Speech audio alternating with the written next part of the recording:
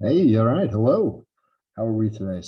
We're going to take a look at 3.2 translation today. I'm actually going to split this video up into two parts, and hopefully that makes it easier to watch and to take notes with. 3.2, and today's notes are all about translation. Now, this is finally taking the DNA code.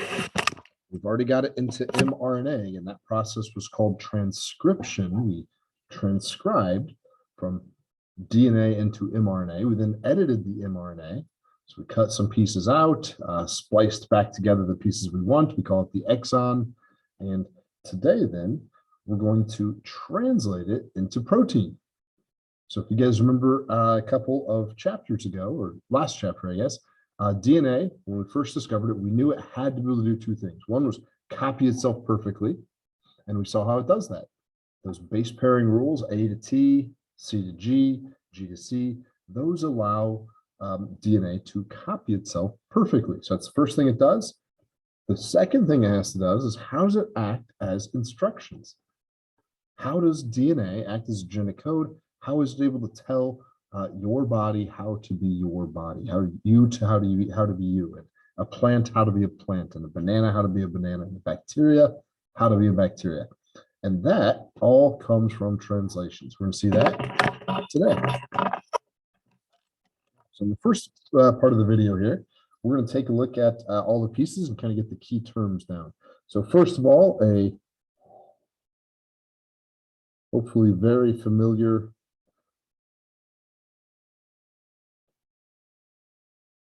structure here. This is our mRNA. In fact, it's technically our mature mRNA.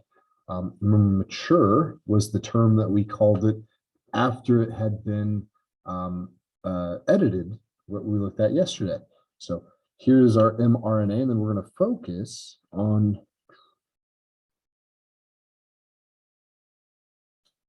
just three pieces today, three nucleotides, and we call that a codon.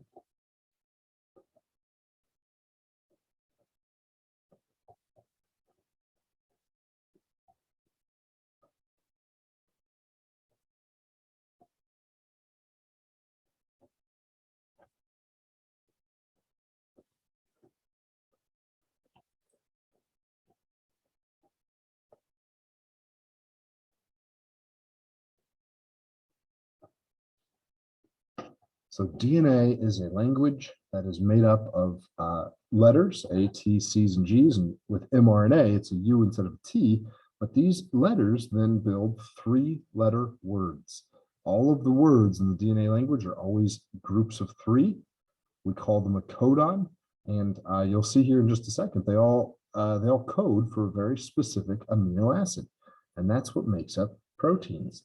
So here's a codon right here, three nucleotides. Here's one, I've got it circled. Here's another one and a fourth one here. So my particular drawing, I have 12 little nucleotide dashes. So that's 4 codons and code for 4 amino acids.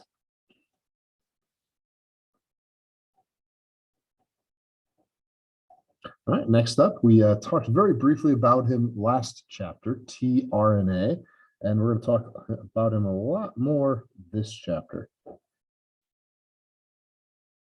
So tRNA looks somewhat like this. It's not a terrible drawing, to be honest with you, for how tRNA looks. And today we're going to take a little closer look. First up top, this is an amino acid. What the AA stands for, amino acid. And just so we're all clear, this is the monomer unit.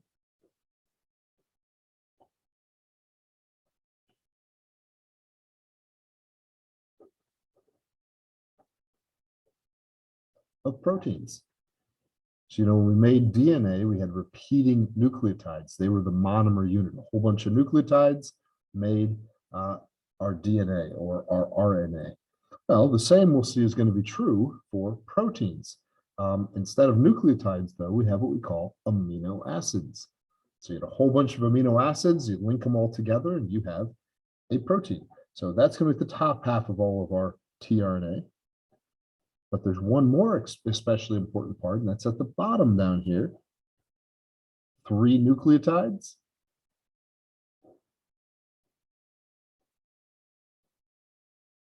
This is known as the anticodon. So we've got the codon up top and the anticodon on the tRNA. So again, it's 3 nucleotides.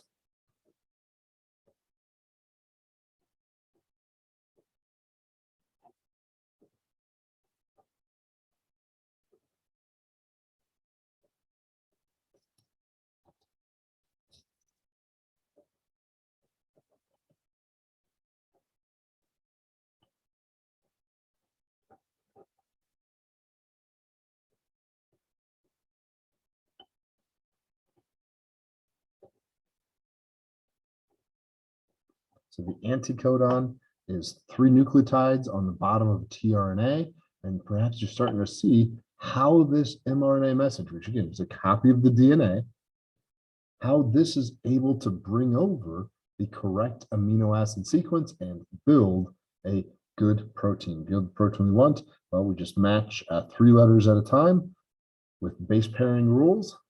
A pairs with U, C pairs with G, U pairs with A.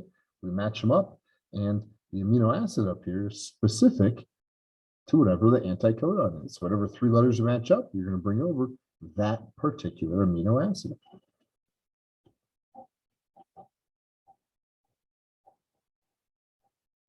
Finally, then we have the ribosome.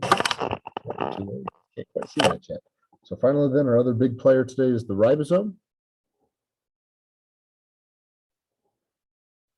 It kind of looks like this. And it's got these 3 spots in them called sites. The A site, the P site, and the E site. So it spells ape backwards.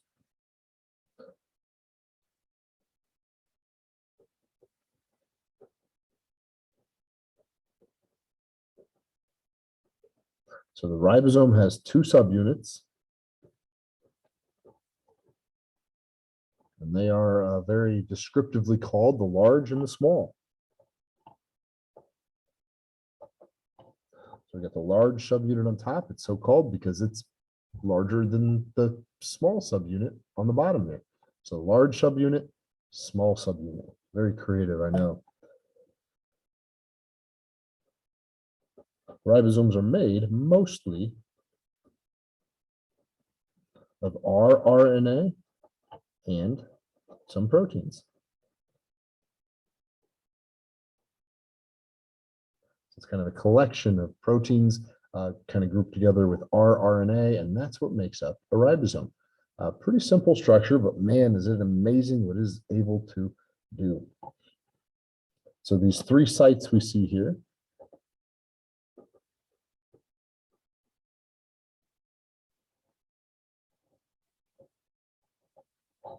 the A site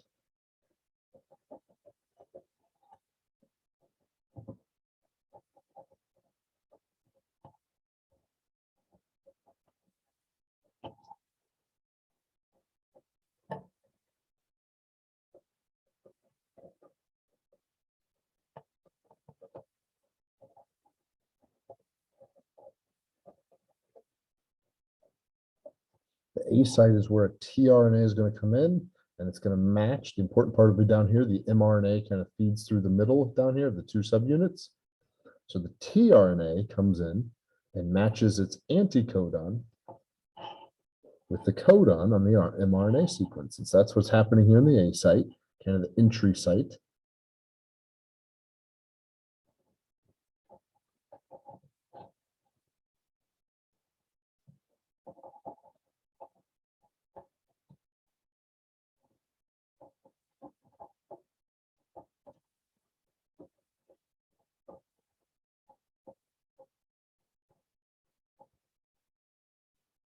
So the P site is where the peptide bond is formed.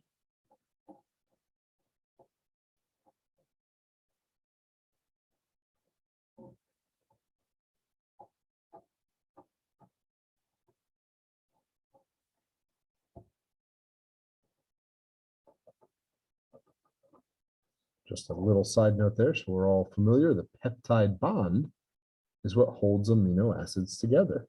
So it's at this P site. This is where a new peptide bond gets formed. And then finally,